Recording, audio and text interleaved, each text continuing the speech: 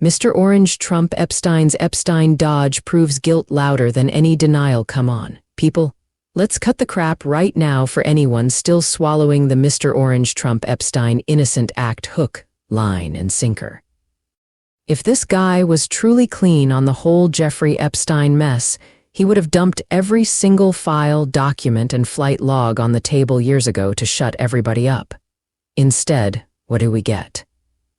Dodging, hiding, finger-pointing at ghosts, and whipping up distractions faster than a street magician on payday. And when that fails, he turns to punishing regular folks who dare question him. Innocent people don't act like they're allergic to the truth, they embrace it. Mr. Orange Trump Epstein, he's running from it like it's got warrants attached, but hold up, because the hypocrisy train doesn't stop there. His lapdog Mike Johnson struts around the House floor blaming Democrats for supposedly blocking SNAP benefits and wrecking healthcare. Really, Mike? Then explain why Mr. Orange Trump Epstein was the one personally begging courts to stop feeding hungry Americans. Yeah, you heard that right. Court filings show his administration fighting tooth and nail against expanding food assistance during the pandemic, claiming it would cost too much, while he shoveled trillions in tax breaks to his country club buddies. And get this gem, reports straight from grocery chains say his people called up markets, pressuring them not to offer discounts to SNAP users. Discounts, like giving poor families a break on milk and bread, is some kind of communist plot. If Democrats were the villains here, why was Mr. Orange Trump Epstein the one playing Grinch with the grocery cart? And let's not forget the cherry on top of this dumpster fire Sunday. Mr. Orange Trump Epstein went on national TV, his own words, not some deepfake threatening to destroy democratic cities and warning that a lot of people would die. He said it plain as day, smirking like he was ordering takeout. Destroy cities, let people die. That's not tough talk. That's a confession from a wannabe dictator who sees half the country as enemies to crush. Yet his die-hard fans cheer it on, waving flags and chanting like it's a pep rally.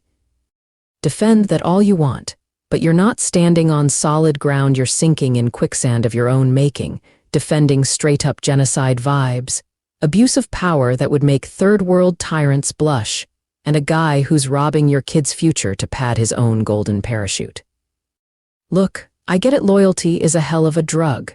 But at some point when the evidence piles up higher than his fake tan, clinging to the narrative stops being devotion and starts looking like chosen stupidity.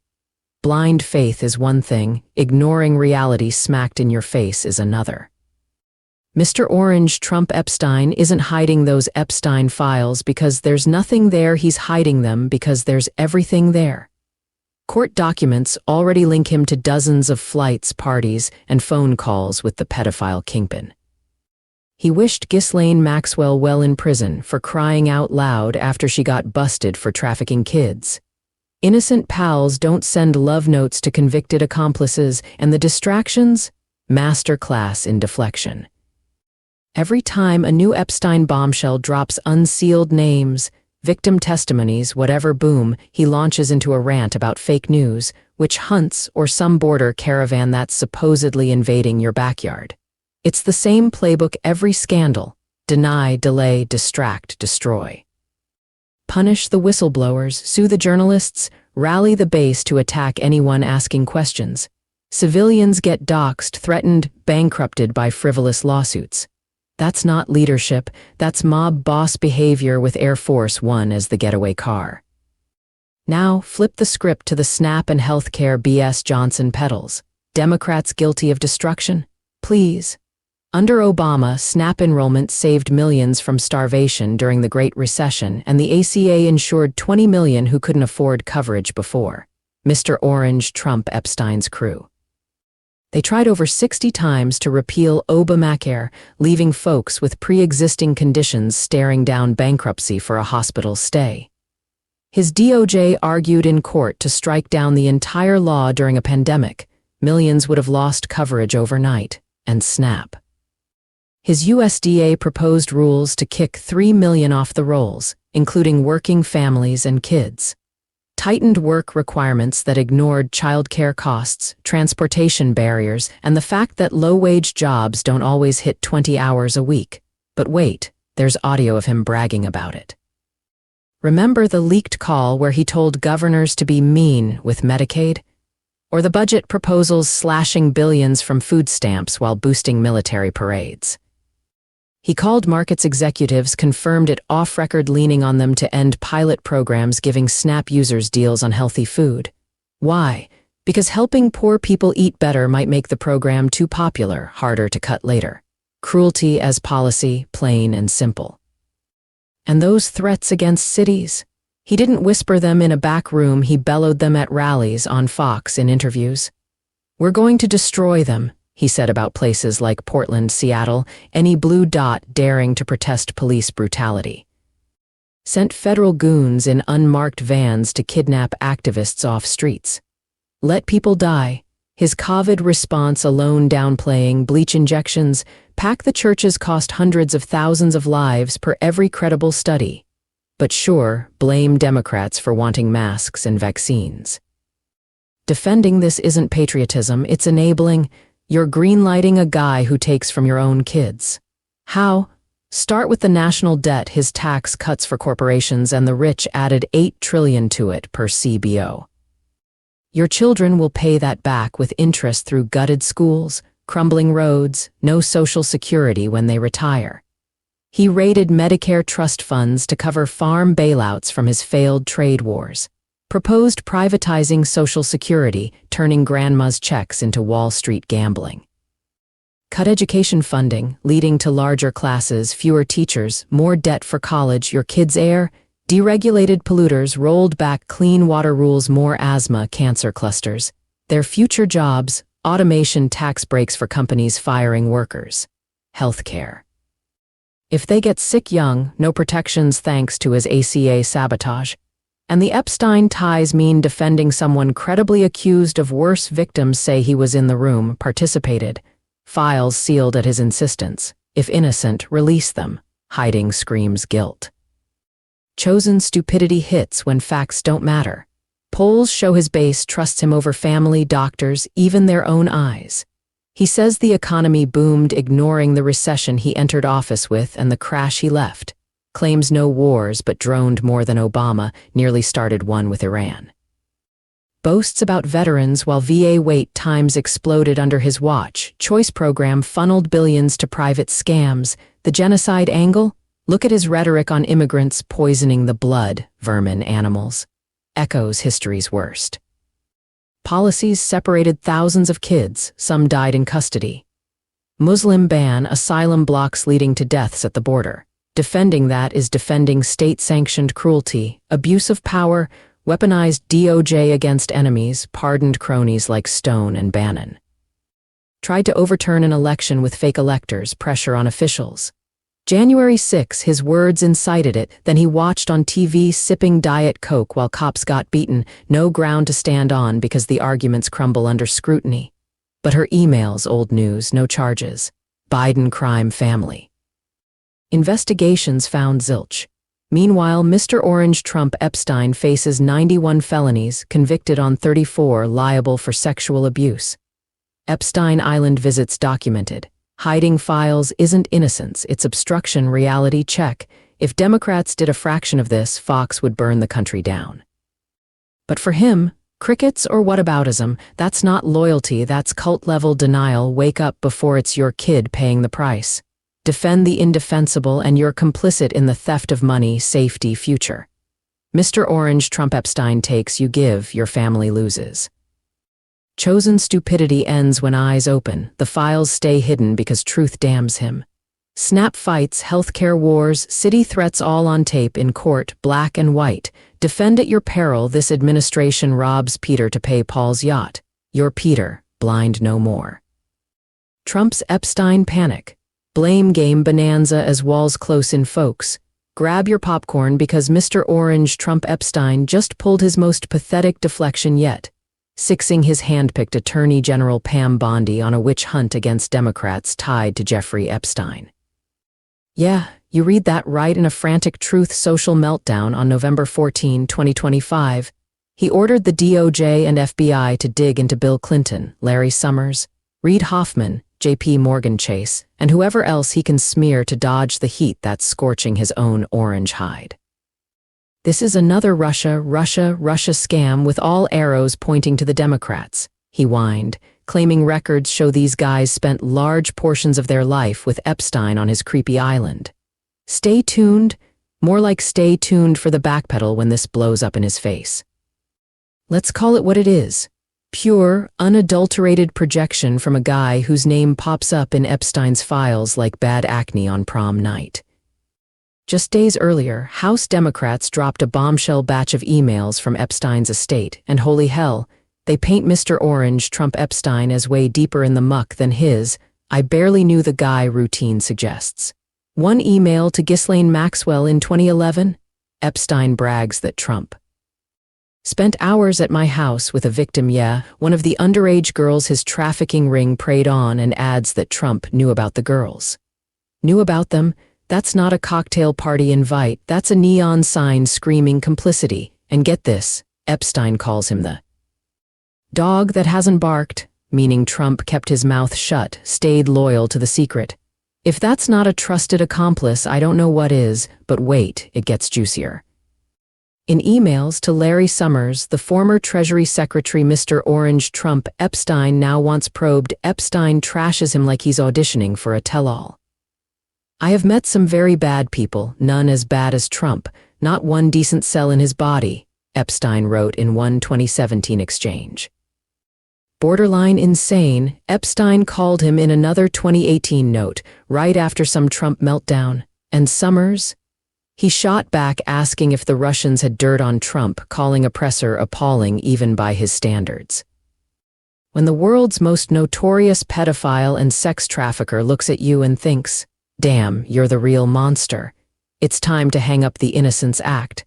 Epstein even emailed that Trump knew how dirty Donald is and could be counted on not to snitch. Hours with a victim, full knowledge of the underage horrors, and zero blowback? That's not friendship, that's a cover-up compact. Democrats are over here saying, and we'll keep shouting it till we're hoarse, we don't give a damn if liberals show up in these files. If Clinton or Summers or anyone dipped a toe in that filth, drag him to court, lock him up, throw away the key. Prosecute, expel, denounce. That's how adults handle predators in their ranks. Unlike the MAGA circus, where they circle the wagons around every accused creep from Matt Gaetz to the boss himself. Mr. Orange Trump Epstein wishes Ghislaine Maxwell well from prison, bans critics from rallies, and now weaponizes the DOJ like his personal vendetta squad, calling it a hoax. At this point, his own base is side-eyeing that nonsense. Even Fox has to tread light when flight logs list him jetting to the island multiple times, the irony. Congress is barreling ahead with releasing the full Epstein files anyway, because even his rabid Republican enablers are buckling under the clamor. House Oversight Republicans, in a rare bipartisan brain fart, subpoenaed the estate and dumped 20,000 pages this week, but they couldn't bury the Trump mentions fast enough. A discharge petitions got signatures from both sides. Hell, even MAGA firebrands like Marjorie Taylor Greene are on board, calling it deeply personal for survivors. Next week's vote. It's happening, and when those unredacted docs hit, the blast radius will torch everything in orbit. J.D. Vance, if you dream of that White House view post 2029, better start practicing your tour guide spiel. Your tickets getting revoked. This desperate flail isn't just sad. It's a symptom of a presidency that's unraveling faster than a cheap suit in a rainstorm. Remember when Mr. Orange Trump Epstein slithered back into office promising to ditch foreign entanglements, slash prices to make life affordable, and reserve all the good jobs for red-blooded Americans? Yeah, that was cute. 10 months in, and his base is seething over broken vows while he golfs through the backlash. Foreign policy. He swore no more endless wars, yet here we are with escalated drone strikes in Yemen, saber-rattling at Iran that has oil prices spiking, and a Ukraine aid freeze that's got Putin popping champagne. Entanglements, more like a full-body tangle with every dictator's Rolodex affordability. Don't make me laugh or cry. He vowed day one to crush inflation and make groceries cheap again, but eggs are up 25%, rent's crushing millennials like a vice, and gas hovers at $4 a gallon thanks to his tariff tantrums jacking import costs. Families are skipping meat, rationing meds, and drowning in credit card debt, while he brags about stock market record highs that only juice his billionaire bros. The latest blue wave in off-year elections. Voters in red states flipping seats over sticker shock, with Bill O'Reilly himself admitting on HBO that folks are angry at the rising costs eating their paychecks. Democratic sweeps in New Jersey and Virginia blame the grocery bill, not the deep state. And jobs for Americans, pure fiction. His mass deportation fever dreams stalled in courts, leaving farms and construction sites begging for workers. So what does his own Trump organization do? Files for a record number of H-2B visas in 2025, importing foreign labor for Mar-a-Lago manicures and golf course greens. Hypocrisy on steroids. Build the wall, he yells, then sneaks in thousands to mow his lawns. Unemployment's ticking up in Rust Belt towns, manufacturing's flatlining under his America First. Tariffs that sparked retaliatory hits from China, and Project 2025 cronies are slashing federal jobs left and right. 50,000 pink slips already for waste, which means gutting the safety net for vets and single moms. His loyalists expected a golden age. No Project 2025 poison, affordable homes, overtime tax-free. Instead, votes in the OMB hacking education funds, housing starts are down because builders can't afford his lumber tariffs and tips. Servers are still taxed to hell while billionaires dodge via loopholes. Senate Dems nailed it. Higher prices, fewer jobs, broken promises. NPR's got families in Ohio testifying that Trump's historic accomplishments feel like a slap when they can't afford daycare. Even Politico's scorecard on his first 100 days reads like a fail parade. Ukraine war drags on, food prices soar, deportations fizzle, this Epstein stunt. It's the Hail Mary from a cornered con man watching his empire crumble. Bondi's already stonewalling Senate probes on everything from immigration scams to Epstein himself, yelling at Skiff like a bad mob movie. But the files are coming, the base is rumbling, and the broken dreams are stacking up. Mr. Orange Trump Epstein's not just projecting, he's imploding. When the full truth drops his hours with victims, his Epstein bromance, his policy flip-flops, it'll be game over. Democrats will keep pushing for justice across the board. Republicans, time to pick a side, truth or the tantrum king. The walls are closing, all right, and they're gilded with his own lies. Maxwell's country club lockup. Whistleblowers pay the price for calling out the VIP perks. Look, if you figured the whole Epstein-Maxwell mess was finally rotting away in some forgotten corner of the justice system, think again. Turns out, even in federal prison, the elite get to play by rules that make the rest of us look like chumps scraping by on ramen and regret. Ghislaine Maxwell, the British socialite turned convicted sex trafficker, is supposedly chilling in a minimum security camp in Bryan, Texas, like it's a spa getaway. And the folks brave enough to spill the beans, they're out of a job faster than you can say, cover up. This all blew up last week when Rep. Jamie Raskin, the sharp-eyed Democrat from Maryland leading the House Judiciary Committee's minority side, dropped a letter to President Donald Trump that reads like a bad sequel to a mob movie.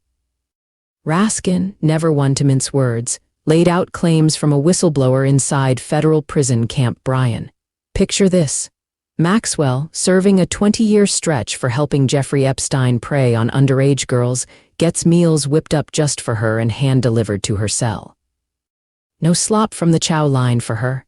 Oh, and the warden, apparently playing personal concierge, setting up private meet and greets for her visitors in a roped-off zone complete with snacks and drinks. Guests even get to tote in laptops. Yeah, computers in a prison, because why not risk her emailing out state secrets or whatever while the average inmate waits weeks for a postcard from home? It gets better or worse, depending on your view of basic fairness. The whistleblower says Maxwell scores after-hours gym sessions, escorted by guards so she can pump iron solo, no sharing the treadmill with the riffraff. And get this, she's been handed playtime with a service dog in training, a fluffy golden retriever pup she tosses balls to, while other inmates and staff aren't even supposed to pet the thing. One top prison official reportedly griped he's sick of having to be Maxwell's B*TCH. Which sums up the vibe pretty neatly. Unlimited toilet paper, she's got it on tap while her cellmates ration 2 measly rolls a week like it's the apocalypse. But here's the gut punch. Those whistleblowers who risked it all to tip off Raskin fired on the spot. Maxwell's lawyer, Lee Safian, confirmed it in a statement Friday, framing it like the leaks were some grand betrayal. Raskin fired back, calling it straight-up retaliation, and demanded the Bureau of Prisons explain why they're punishing truth-tellers instead of fixing the favoritism. Democrats like Rep. Robert Garcia piled on, blasting the whole setup as Trump-era rot where sex offenders get the red carpet treatment in exchange for what, exactly? Silence on Epstein's web of powerful pals, speaking of which, Raskin's letter doesn't stop at the perks. It accuses Maxwell of prepping a commutation application for the Trump White House, basically begging for a sentence slash. Emails the whistleblower shared show her drowning in paperwork, attachments galore, all aimed at sweet-talking her way out early. Safian denies it, claiming no such request is in play and that Maxwell's pinning hopes on a habeas corpus petition with new evidence. Sure, and I'm the Queen of England, because nothing screams innocence like a woman neck-deep in one of history's ugliest trafficking rings suddenly unearthing. New evidence while lounging with a lapdog. This all traces back to August when Maxwell got yanked from a Florida low-security joint to this cushy Texas camp, a move that breaks Bureau of Prisons rules barring sex offenders from minimum security spots. Right before a cozy chat with Deputy AG Todd Blanche, Trump's old personal lawyer. Coincidence, please? Raskin wants Blanche hauled before Congress to spill the White House. Stonewalling with a spokeswoman insisting commutations are off the table and that Mr. Authoritarian tyrant hasn't given Maxwell a second thought. Pull the other one, folks. This isn't just about one rich lady dodging dish duty. It's the system laid bare. Whistleblowers get the boot, the connected get golden tickets, and justice? That's for suckers without a Rolodex full of billionaires. Raskin gave until November 24 for answers, but don't hold your breath. In a world where Epstein's ghosts still haunt the halls of power, expecting accountability feels like asking a fox to audit the henhouse. The fired staff deserved medals, not pink slips. Maxwell deserves her full sentence, perks be damned, and the public. We deserve to know if this is protection racket or just plain incompetence. Either way, it's a stain that won't scrub out easy. I just want to thank you all for listening, like, share, follow to stay connected. I am Santiago del Carmen Maria, the Queen of Crowning Thoughts, because I say it like it is. Copyright 2025 independent writer, Crowning Thoughts truth speaker, AI video content creator, writer, blogger, Santiago DC, Maria, all rights reserved. Today's date is November 14, 2025.